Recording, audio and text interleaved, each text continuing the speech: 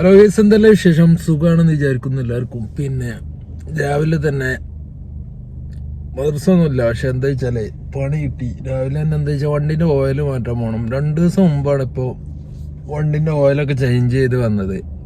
ഷോറൂമിൽ പോയി ചേഞ്ച് ചെയ്യുമ്പോഴുള്ള ബുദ്ധിമുട്ട് എന്താ വെച്ചാൽ ഷോറൂമുള്ള അബൂഹൂറിലാണ്, ഷോറൂമുള്ളത് തായലിയമലാണ്. ഏകദേശം 2-3-4 മണിക്കൂറാവും ഓയിൽ മാറ്റി കിട്ടാം. ഇവിടെ കടയിലാണെങ്കിൽ 5 മിനിറ്റ് കൊണ്ട് മാറ്റി കിട്ടും. ഇത് ഷോറൂമിൽ തന്നെ മാറ്റണം പറഞ്ഞാൽ അതാണ് ബുദ്ധിമുട്ട്. അപ്പോൾ അവിടെ പോകാനുള്ള പരിപാടിയാണ്.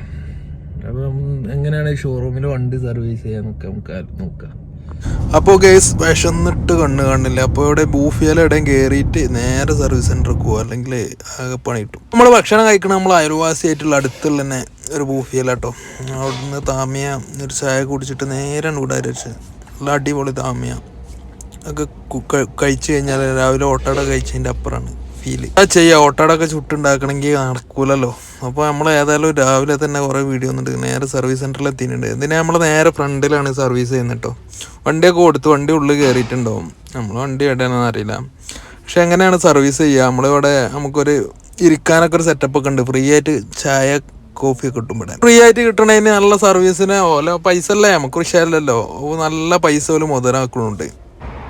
ഷോറൂമിലെ സർവീസ് കാര്യങ്ങൾ കഴിഞ്ഞാൽ വണ്ടി എടുത്തുന്നൊക്കെ പറയുന്നുണ്ട്. ഒരു പേപ്പർ കാര്യങ്ങളൊക്കെ കിട്ടും. ഞാൻ കുറേ ഇവിടെ തന്നെ സർവീസ് ചെയ്തിട്ടു. 1,00,000 സംതിങ് അതിനാണ് നമ്മളെ വണ്ടി. അപ്പോൾ ഞങ്ങൾക്ക് അതുവരെ ഇവിടെ തന്നെ സർവീസ് ചെയ്ത് ചിലപ്പോൾ നല്ല പൈസ വാങ്ങും, ചിലപ്പോൾ കുറച്ച് പൈസ വാങ്ങും.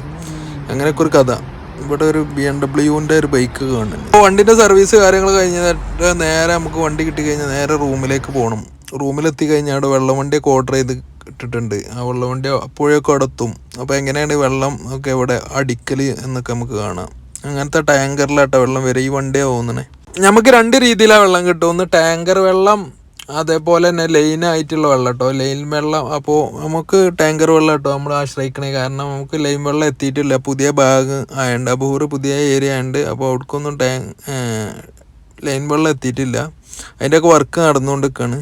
അപ്പോൾ അങ്ങനെയാണ് കാര്യങ്ങൾ. അപ്പോൾ ഈ വെള്ളത്തിൻ്റെ വേസ്റ്റേജ് വാട്ടർ കാര്യങ്ങളൊക്കെ ഈ ലൈൻ വെള്ളം ആവുമ്പം അത് എത്ര പൈസയൊക്കെ നമ്മൾ ലൈൻ വെള്ളം അടിക്കണം, ആ പൈസ വേസ്റ്റേജ് വാട്ടറിനും കൊടുക്കണം കേട്ടോ.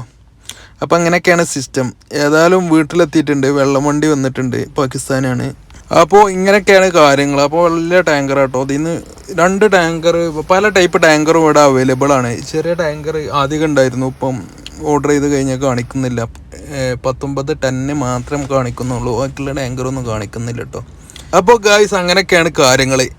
ഇതൊന്നും നിങ്ങളോട് പറഞ്ഞിട്ട് വലിയ കാര്യമൊന്നുമില്ല, എന്നാലും ജസ്റ്റ് വ്ളോഗൊക്കെ ആകുമ്പോൾ അങ്ങനെയൊക്കെ പറയലുണ്ട് എല്ലാവരും, അതുകൊണ്ട് പറയാണ്. അപ്പോൾ വീഡിയോ കാണുന്ന എല്ലാവരും ഒന്ന് ലൈക്ക് ചെയ്യുക, ഷെയർ ചെയ്യുക, കമൻറ്റ് ചെയ്യുക, ബെല്ലൈക്കണൊക്കെ അമർത്തിക്കോളി.